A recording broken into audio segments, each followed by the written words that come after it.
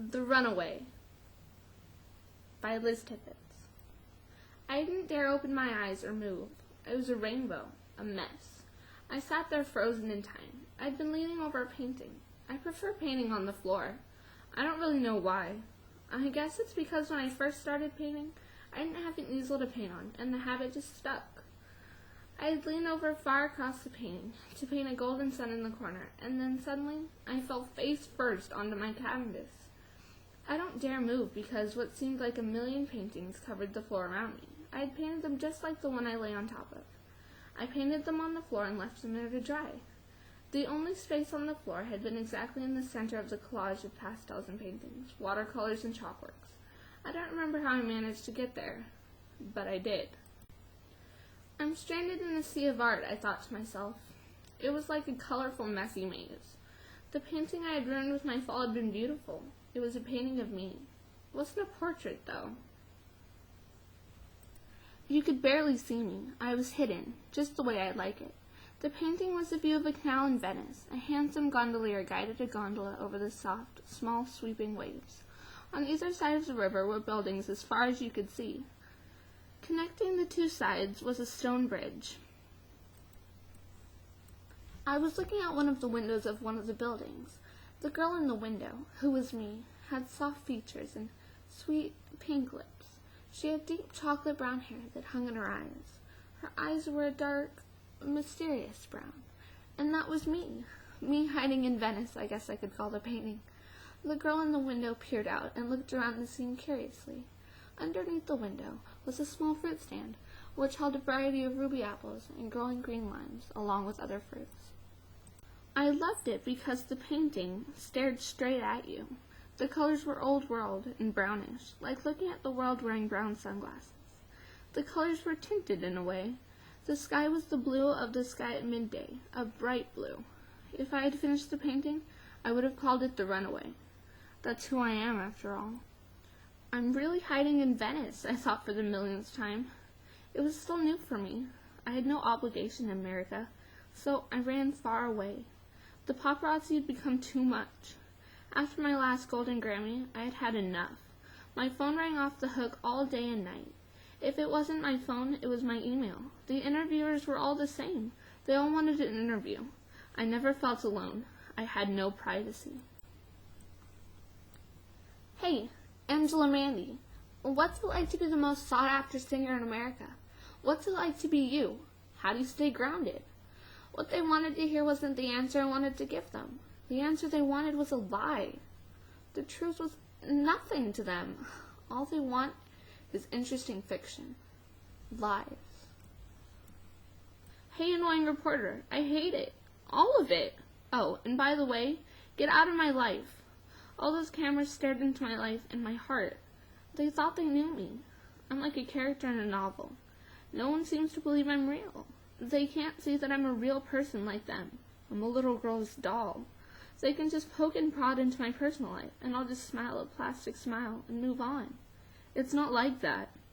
I finally just left the life of a famous singer, and now I'm hiding in Venice, and in my paintings. I finally dared to open my eyes. Slowly but surely, I let myself see the room I sat in. I sat up in relief. The mess was not nearly as overwhelming as I thought it would be. Falling on top of a painting like I did, I thought paint would have splattered everywhere. I looked around my one-room apartment, my sanctuary. The room was all white, except the concrete floor. The walls are oversized, exposed white brick. The ceiling continues the pattern as a flat white ceiling. My eyes fall on the small kitchenette where I pour my morning cereal.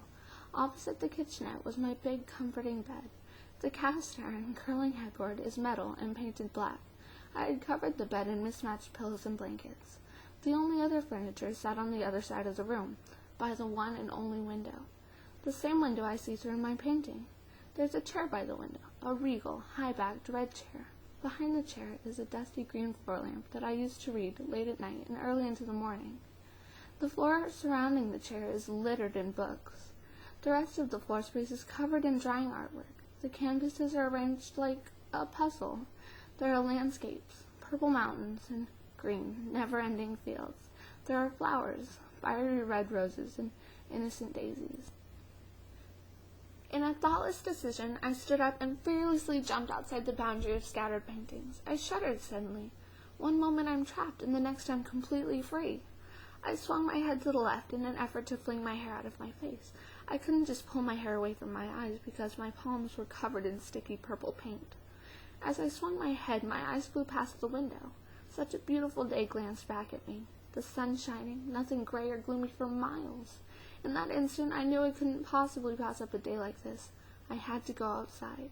It's a risky thing to do, to go outside, out where they might see me, I told myself. I rushed to my sink and let the water wash away the paint that covered my hands. I was determined. When my hands were clean and dry, I made my way around the paintings to my door, where my cheap plastic flip-flops sat behind my wide-brimmed hat and oversized sunglasses. I grabbed my coat with a collar off the floor also, and slipped into my disguise. I twisted my hair into a bun and pushed it into my hat. No one could possibly recognize me behind my shades that are like a mask you would wear to a crowded party with ball gowns and a girl who would forget her shoe. They hide who I am. It took courage to twist that doorknob, but I did it anyway, and stepped out into the golden sun that only shines in Venice. I pulled my door closed behind me and floated down the stairs from my door to the sidewalk. I stopped myself from spinning with my hands in the air in the middle of the walkway. I loved how I felt. So free. No one knew where I was, or who I had been. I felt like I did when I moved from South Texas to LA. I knew then I could be someone totally new. I could go from being the unpopular shy girl to the center star. I knew it was in me, and I proved to myself who I really was. Now I had enough of being in the spotlight, and was ready to be the curtain girl. I took a step towards my future, and turned a corner that led into town. I love walking the streets of Venice. There's so much culture and love. The whole world is a big family in Italy. I eased into long, confident strides that fell somewhere between a skip and a run. I walked by a beautiful building with an open window far up the wall and vines crawling up the stones. I then found myself in a large courtyard with little booths like in a flea market. Little black iron tables and chairs sat all over, occupied by struggling artists and guitar players.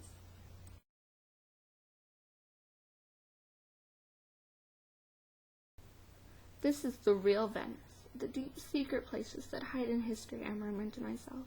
Just then, a sudden burst of wind blew my hat off my head, and my long hair came tumbling out. As I bent down to pick it up, my sunglasses slid off my nose.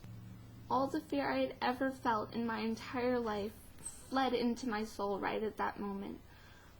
What if someone recognized me? I couldn't look up. I just couldn't. But I did.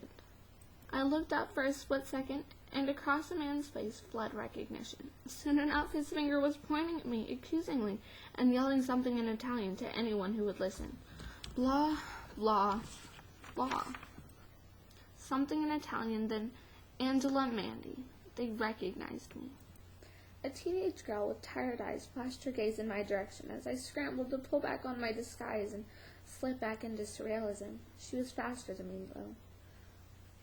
Her camera phone let out a click. I saw a flash. And then I knew I'd have to find another hiding place in the never-ending game of hide-and-seek that had become my life. Bye, Italy. I loved you.